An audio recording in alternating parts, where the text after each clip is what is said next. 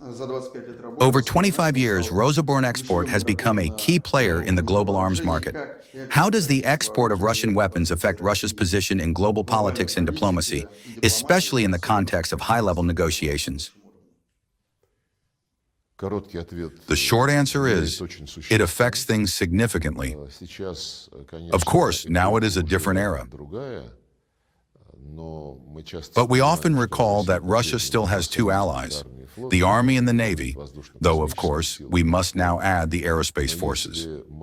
If we look at the situation from a geopolitical perspective, the struggle for influence over global processes, with the aim that these global processes remain fair and do not allow anyone single-handedly to dictate what and how all other countries should do, then Russia's ally in the work for the democratization of international relations is Rosoboronexport, and all those enterprises that, through our main intermediary, supply their products to global markets. There is no doubt about this. Many countries that are now freeing themselves from the neo-colonial dependence on their former metropolises, having formally gained independence and declared decolonization, still remain economically dependent on the West, on their former masters. Those who are now throwing off the neo-colonial yoke primarily think about how to secure their states and peoples and ensure proper defense capability.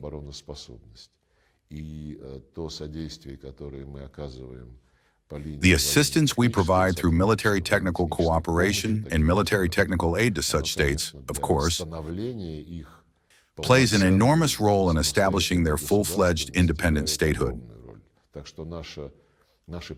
Our positions in the world largely depend on military technical cooperation,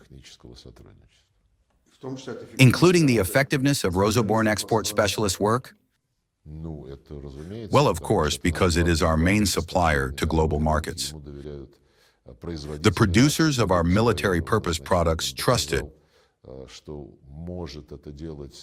It has proven that it can do this quickly, on time, and ensure maintenance of the supplied equipment. The Ministry of Foreign Affairs has close and long-standing ties with Rosoboronexport. We have never let each other down. We certainly have never let them down. The system of military technical cooperation is often viewed not only as an economic, but also as a political instrument. How do you assess the role of military technical cooperation in building strategic relations with Russia's key partners? As one of the fundamental principles. We have just touched upon this topic in the previous question.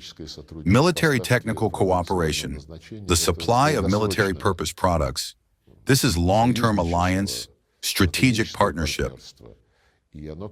Of course, it cements relations for a long-term perspective.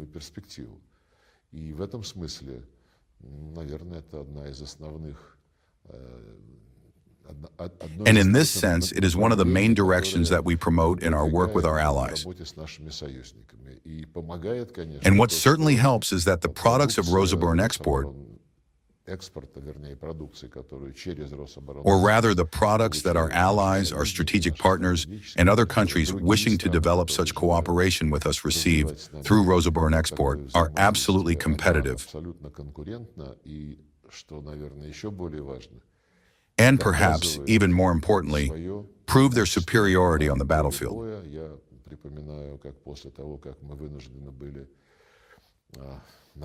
I recall how, after we were forced to deploy our unit of the Armed Aerospace Forces to the Syrian Arab Republic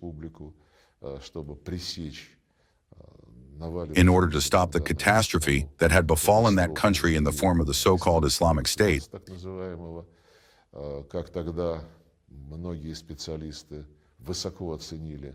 many experts highly praised the work of our combat units using Russian equipment directly on the battlefields. And how now, during the special military operation, our experience is being studied literally under a microscope, including by Western countries.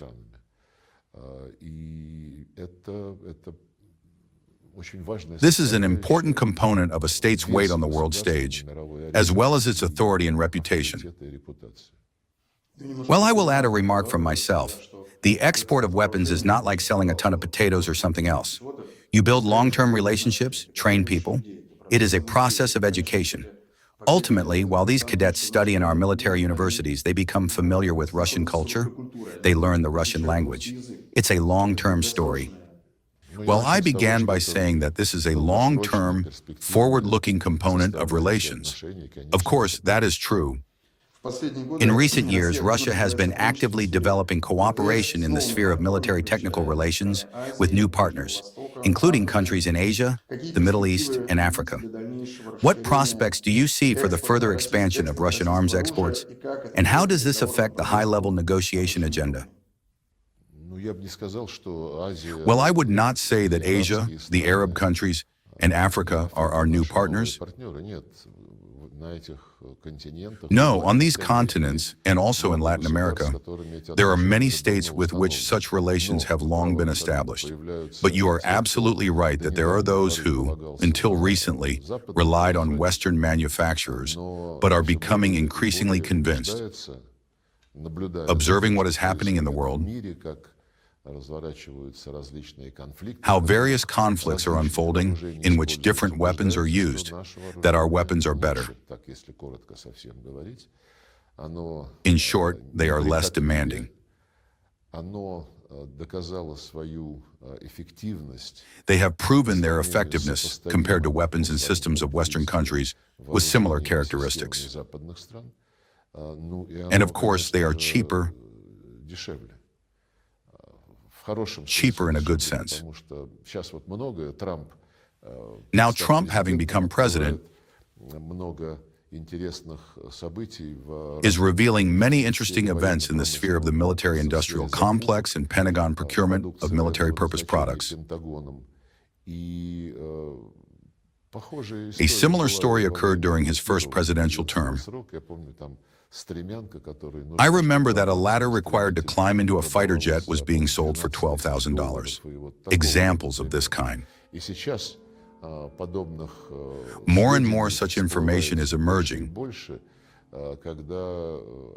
when huge amounts of money are spent not on the production of the item itself, but on accompanying processes.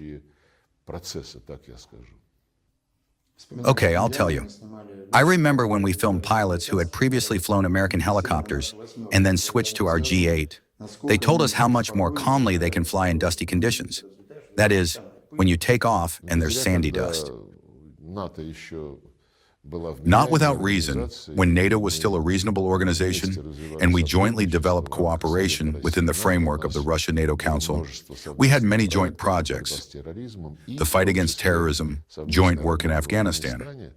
In this context, the Russian NATO helicopter program for Afghanistan was operating.